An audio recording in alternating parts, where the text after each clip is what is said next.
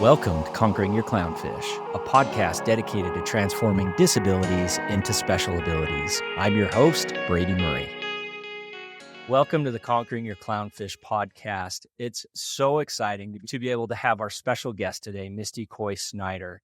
So allow me to share a little bit about her. She is coming to us from New Jersey, where she resides with her husband, Braden, and their two sons, Clay and Jed. Misty is a published author, performer, and an unstoppable advocate for her son, Jed, who was born with Down syndrome. Shortly after her son, Jed, was born, she created the viral Instagram platform, Happiness is Down Syndrome, to help share stories about lives filled with joy and light. She is also the host of the podcast, Bold Voices, Soft Hearts. Misty, welcome to the show. Thank you so much, Brady. It's such an honor to be here. We're excited to be able to visit. I have to say, I have been such a fan of what you've been able to accomplish in such a short period of time. And so Jed is 3. In fact, if I'm not mistaken, you had Jed and received a prenatal diagnosis of Down syndrome right in the middle of COVID. Can you share with us a little bit about that experience? Yes, it's a big part of why Happiness is Down Syndrome exists. I received the diagnosis on March 6th, 2020, and the world completely shut down 2 weeks later. My goodness. So I had one appointment with my husband to hear the heartbeat. We got the diagnosis, and then we went to see our genetic counselor, and no other appointments were with my husband. They were masks and sanitizer. And if you remember in those early days, we didn't know how it spread. And so it was just this fear of I'm going to run out of sanitizer, that things were missing in the stores. Yep. I had people in my community just bringing me buckets of sanitizer because it was my biggest fear that I was going to go into one of these high-risk appointments and not be equipped with what I needed. I didn't know what I was going to get. I didn't know how it was going to impact Jed. And I was grieving what I thought would be the life of this baby. And so it was very, very difficult. So, I can't even process that because I just think of what Andrea and I went through through that grieving, that real grief that is experienced upon receiving a diagnosis that's different than what you expected. But then to add on top of that, the stress that existed within the world at that point in time, that's incredible. That is incredible. It really was. And I will say it was exceedingly difficult. But now in hindsight, I like to sort of flip the script. And I do think that there were gifts to it. I think that being an extrovert and somebody who very much wears my heart on my sleeve, I think it would have been very difficult for life to continue as normal. I think it would have been difficult to walk into rooms and just break down and not have any control because that's really where I was. And so in some ways, I feel that I was afforded a gift to grieve, with my husband, with my older son, and just get some alone time that I desperately needed. So I'm grateful for that too. Yeah, I bet. And so I am a firm believer that life entrusts us with experiences. Some of those experiences we choose, and other experiences life chooses for us. And this is obviously an experience where life chose this for you. And so if we fast forward again in just a short period of time, 3 years is just nothing with where you have gone and what you've been able to do and the movement that you've created to be able to shed the light about what Down syndrome is and the joy that is. Talk to me about that transformation. And was that something that happened, just maybe talk to me about that transformation, because you go from a grieving mother to just an absolute rock star of advocate. Thank you. It's very kind. I think there's a few factors here. I think the deep grief happened in a condensed period of time for me. There was probably 3 days where I am not going to sugarcoat it. I didn't get out of bed. I thought my life was over. I just could not process. I had not been exposed to disability. I'm a performer. I've traveled. I feel that I am an adventurer, an independent type soul. And while I have a family, I envisioned my sons growing up and moving out. And then, so it completely rocked my world and what I thought would future of my family. So I had about 3 days where I didn't get out of bed, and I grieved and I prayed and I cried and I called people that I trusted. But after about 3 days, and especially after that genetic counseling meeting with my husband, where we were blessed with a really wonderful genetic counselor who saw that we were keeping this baby and desperately needed some hope. And she gave it to us. She told me about the Down Syndrome Diagnosis Network. She told me about how siblings of children with Down syndrome often grow up to say how rich an experience it was and how much better humans they are. And I was really concerned for my older son. And in that tiny little cubicle of a room before the world shut down, I got my first glimmer of hope with her. And I know that is not many people's stories. And I'm so grateful that that was mine. But I was off to the races. I'm kind of an all or nothing person. And I went to the DSDN and I signed up and I went in a chat room. And for me, the second glimmer of hope was seeing, oh, there's other women going through exactly what I'm going through, because it feels so isolating in the beginning. It feels like I'm the only person on the planet who's going through this and nobody can understand.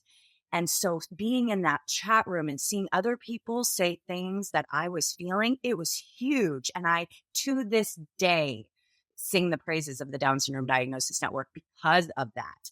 And so that was it. And I just started, I'm a writer. So I just started writing and processing aloud. I started processing with people. I started praying and just praying over my son's body. Like, okay, there's this Down syndrome thing, but please, I just pray health and light and love. And I started singing to him in the womb. And it was for me, it was for him, it was for my family.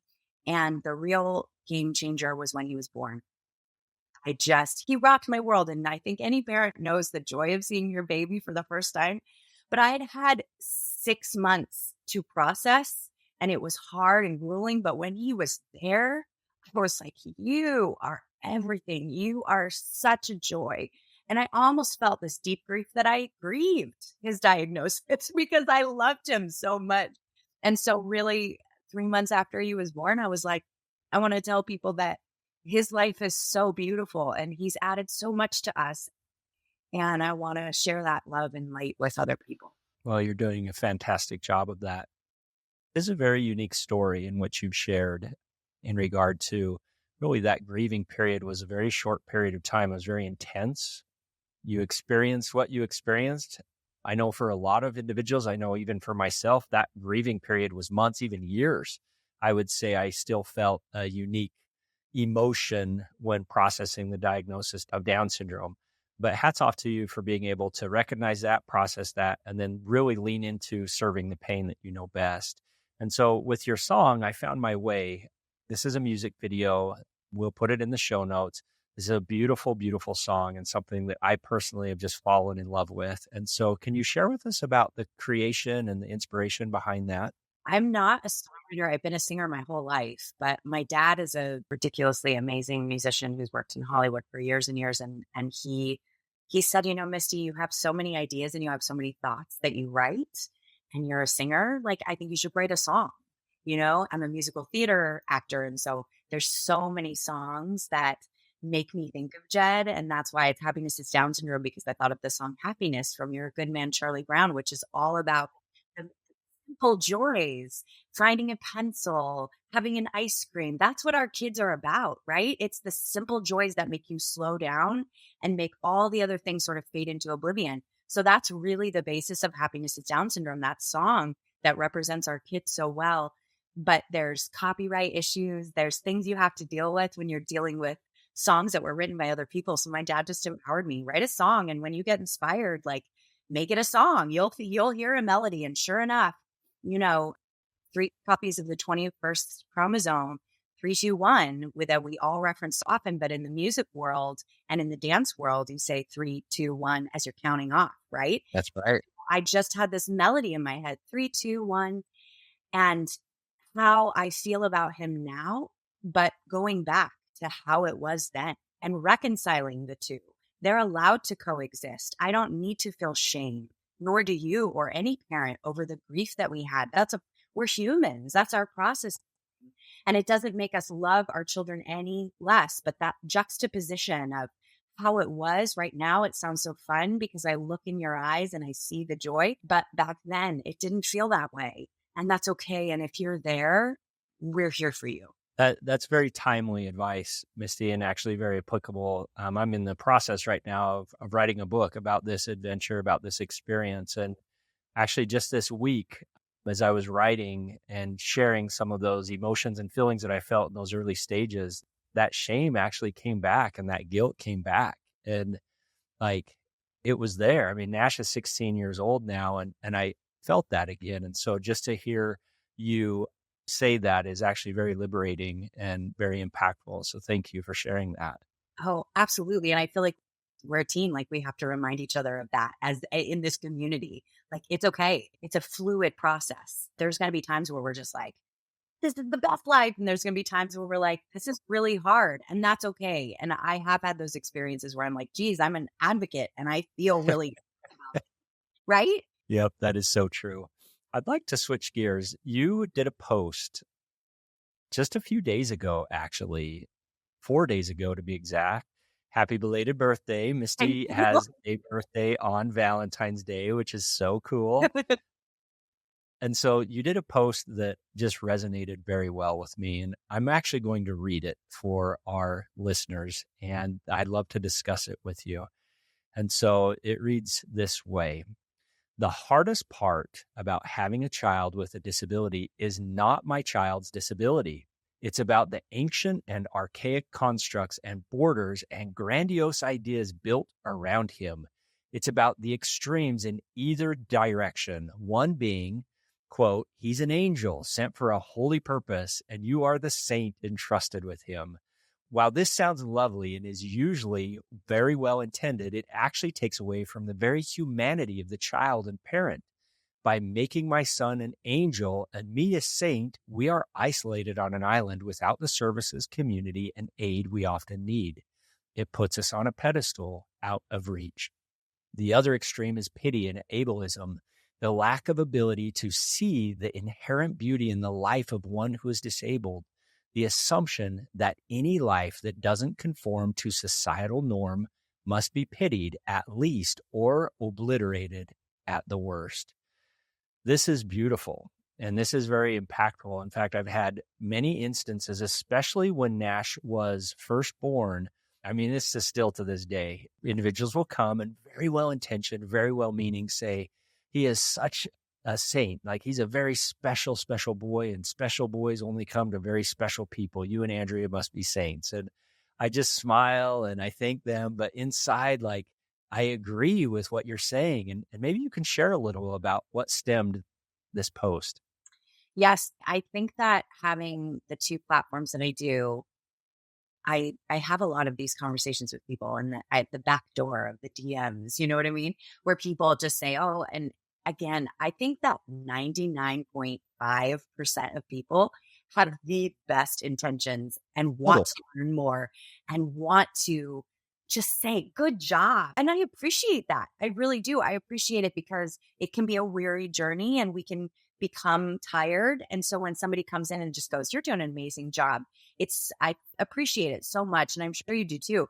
But at the same time, there is and I'm speaking from personal experience, so I don't want to put any words in anybody's mouth, but I do think that when I felt sorry for someone or when I didn't know what to say, I would say things, and I still say things like when somebody is suffering with cancer or something along the lines that I have not experienced, I feel inadequate. And so I want to say, you are so strong. You're the strongest person I've ever met.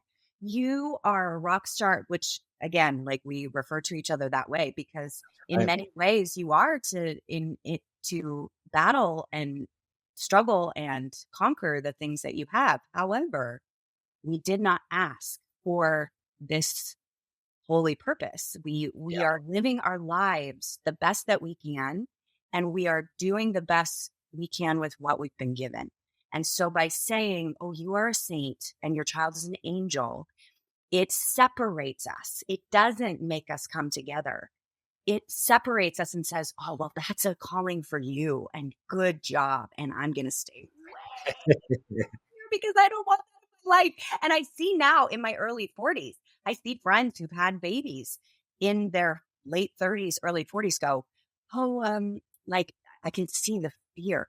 Like, That's what right. might happen to me? I mean, I was only 38. There's people who have babies way into their 40s and 50s, even Janet Jackson. But like, there's a fear of that's so great for you. You're holy and wonderful, but I could never.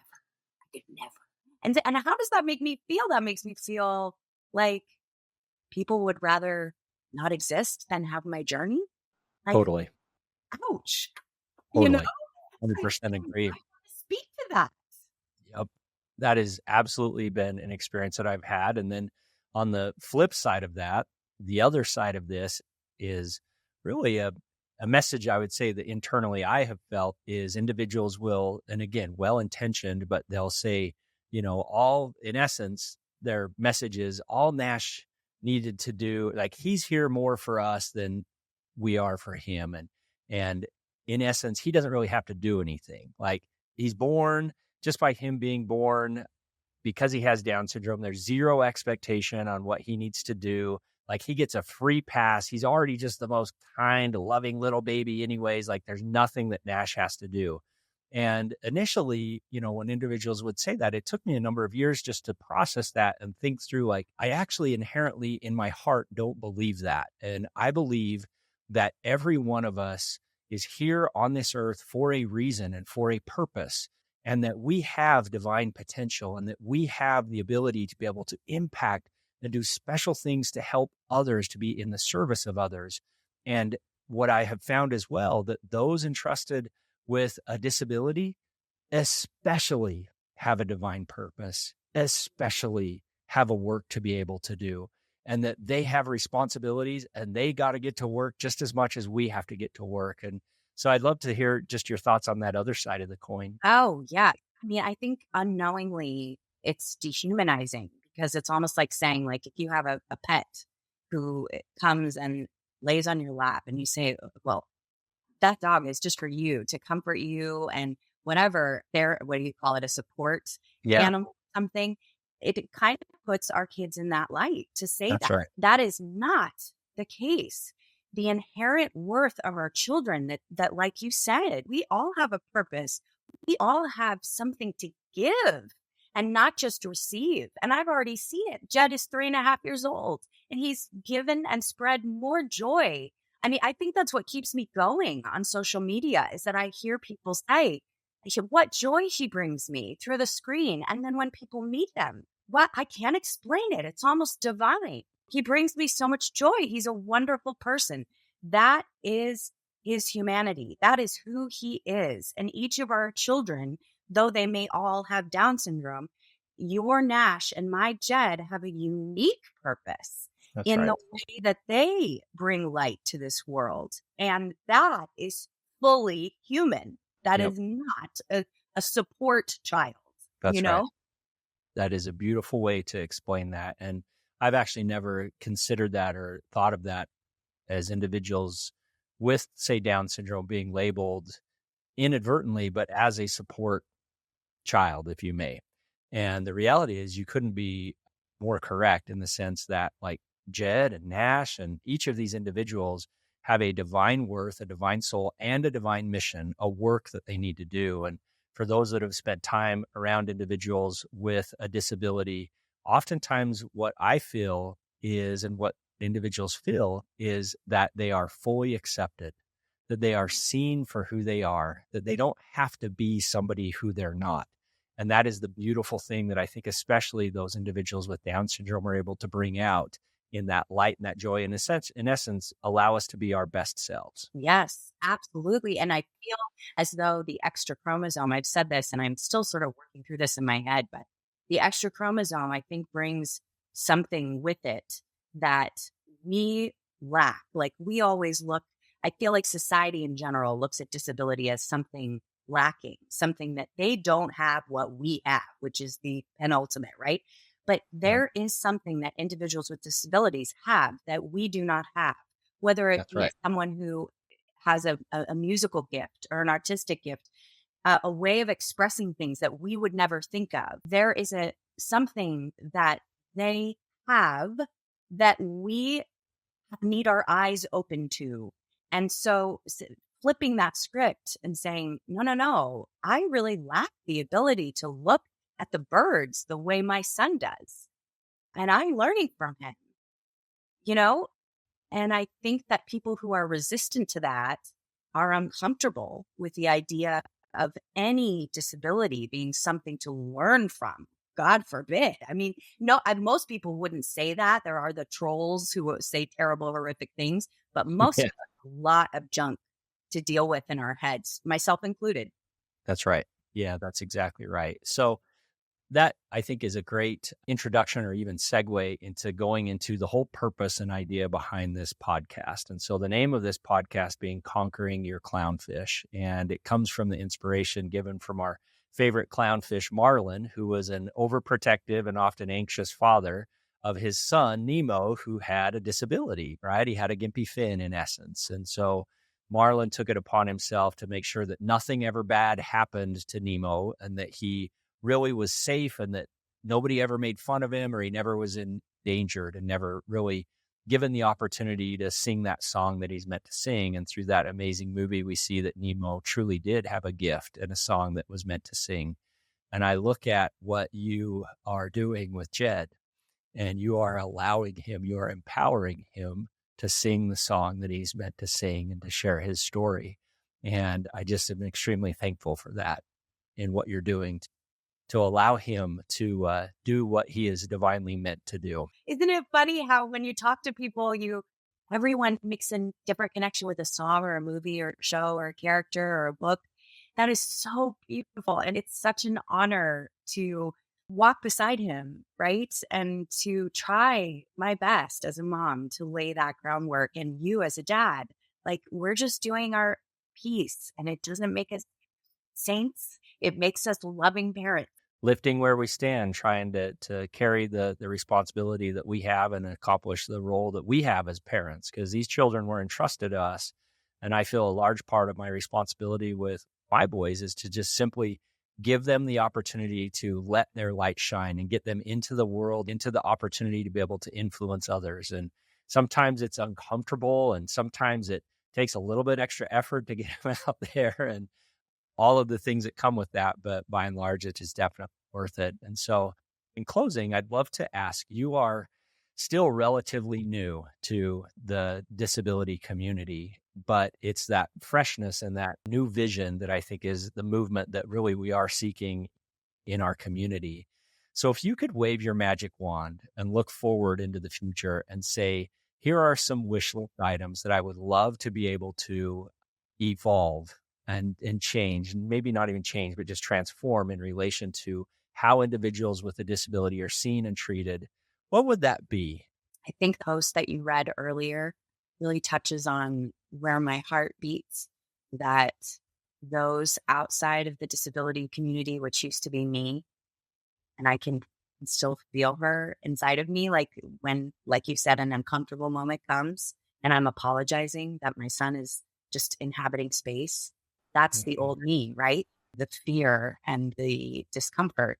And so I suppose, I hope that the world outside of ours can learn to see our kids in the light of who they are and not put them in a box. We don't want to put anyone in a box, right? We're all unique individuals. And so having that openness to learn, having that openness to open our ears and hear an experience that's different than ours and not feel the need to paint a pretty picture or toss us out, but just an openness. And I do see progress in that area. I see way more exposure to disability than I had growing up. I really didn't know. The only point of reference I had was that show, Life Goes On with Corky. And I think about that show all the time and how that was such grace that I watched it religiously because I saw the beauty and the heart together in harmony in that show. I did. And so I hope that we can somehow come together and see, yes, the similarities. This all sounds very kumbaya, but it is my hope that we can see the similarities, that we cannot isolate. That's my biggest thing. Let's not isolate. You may not have a child with Down syndrome, but I guarantee there are things in your life that make you feel like you're on an island. So let's come together and let's talk about those things. Let's have an open dialogue. Let's learn from one another. Let's be quick to listen, and let's not try to put a Band-Aid on things or make it more comfortable for us. Let's sit in the discomfort and let's talk about it, and again, I'm speaking this to myself as well, because I naturally want to make everybody feel comfortable and everybody around me. But you know what? It's not life. We have to sit in the hard, and we have to encourage one another to just be like, you know what? Yeah, my son is screaming in this restaurant. It's okay. I don't know what to say. He's uncomfortable. He's overwhelmed. We're going to do the best we can. My sweet older son, we were in a pet shop the other day, and out of nowhere, Jed just started screaming. He was frustrated about something and doesn't have the words to speak it or the signs yet.